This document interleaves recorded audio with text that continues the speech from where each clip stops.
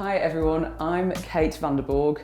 I'm a writer and I've worked with clients like Unilever, HSBC and Channel 4 on anything from tone of voice and messaging to reports and web copy.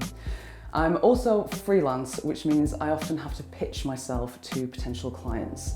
So I've got 3 tips for when you're putting together your online portfolio to help you make sure your writing is clear, impactful, and more likely to get you hired. So my first tip is tell proper stories. When you're talking about projects, don't fall into the trap of trying to sound clever, because you can be so busy talking about abstract things like repositioning strategies, curating experiences in multidisciplinary practice, that you forget to say what you actually did. Okay, you provided the client with a holistic brand solution, but what does that actually mean? Did you create a new ad campaign? Did you agree to target a new audience? Did you make an animation? One thing that can help you tell stories is the STAR model. So you start by describing the situation that you started with and the problem or the opportunity that you faced. Then you outline the task that you had to complete and the specific actions that you took to help you overcome that problem or seize that opportunity. And finally, you finish with any results. So the situation is that a drinks brand is losing customers and the task is to bring them back.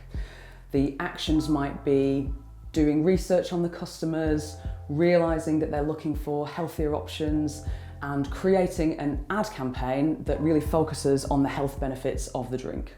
And the results, a 10% uplift in sales. A proper story with nice concrete details is much more memorable than a bunch of branding buzzwords. So my second tip is use your space wisely. Once you've written about your projects, edit your words ruthlessly. People might well be looking at your portfolio on their mobile phones while running from one meeting to another, and they probably don't have time to scroll through tons of copy. So be concise. Say you're writing about a particular project.